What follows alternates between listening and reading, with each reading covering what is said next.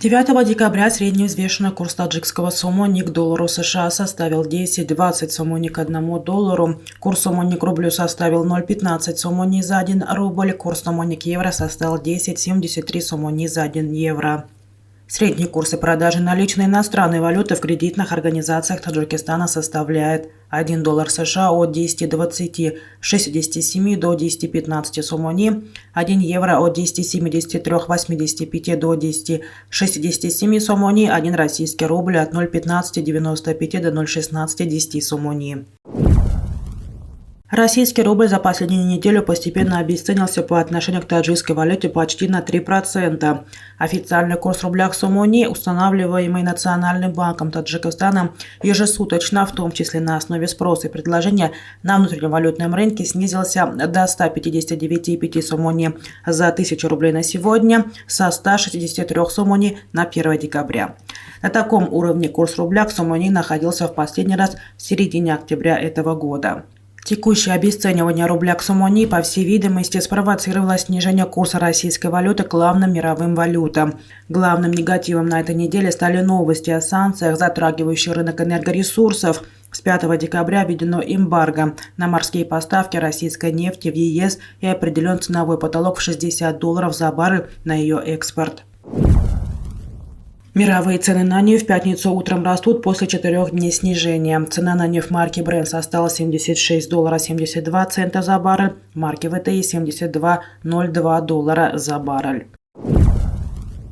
Золото умеренно дорожает в пятницу утром, торгуясь чуть ниже $1810 за тройскую унцию. Ослабление доллара поддерживает цену на драгоценный металл. Правительству Таджикистана удалось сократить объем внешнего долга за первые 3 квартала этого года на $29,5 миллионов. Общий размер внешнего долга республики по предварительным данным Министерства финансов Таджикистана на 1 октября этого года составил $3 миллиарда 214,2 миллиона. На начало текущего года долг составил $3 миллиарда 243,7 миллионов.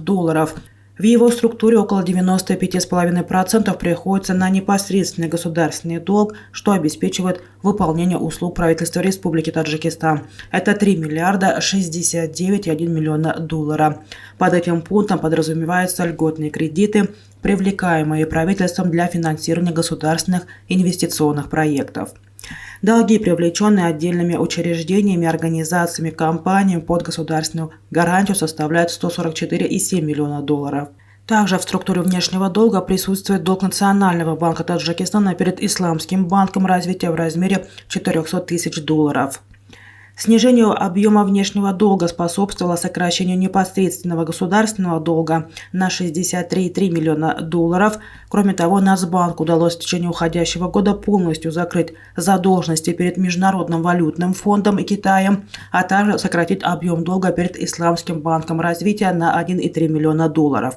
Однако параллельно в течение года увеличился объем долгов с государственной гарантией на $48,4 миллиона.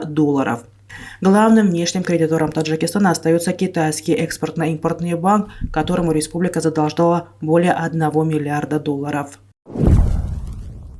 Управление по контролю за иностранными активами подразделения Министерства финансов США проинформировало казахстанские регулирующие органы о том, что не возражают против осуществления операций в республике по картам системы МИР. Об этом сообщила пресс-служба Агентства Казахстана по регулированию и развитию финансовых рынков. Американское ведомство разъяснило, что не возражает против использования банковских карт системы МИР частными лицами, а именно гражданами, мигрировавшими из России в Казахстан для совершения операций, обеспечивающих их жизнедеятельность, говорится в сообщении агентства. При этом, как отметили в пресс-службе, в письме отмечается, что операции с данной платежной системой останутся под особым контролем в целях недопущения ее использования для обхода антироссийских санкций. Таким образом, казахстанские банки вправе принимать платежи, перевода по картам МИР, а также осуществлять выдачу наличных денег посредством банкоматов для частных лиц. При этом решение о подключении к системе МИР казахстанские банки принимают самостоятельно на основе собственных стратегий развития и внутренних систем оценки рисков, подчеркивается в сообщении. Узбекистан, несмотря на дефицит электроэнергии в зимнее время, продолжает экспортировать ее в Афганистан для покрытия затрат по импорту. Об этом заявил вице-премьер-министр энергетики Республики Узбекистан Журабек Мирзамахмудов. А ранее председатель правления АО «Узтрансгаз» Бехсот Нарматов заявил, что Узбекистан полностью прекратил экспорт природного газа из-за роста внутреннего потребления в наступившие холода. В республике из-за морозов и дефицита голубого топлива введены плановые отключения электроэнергии.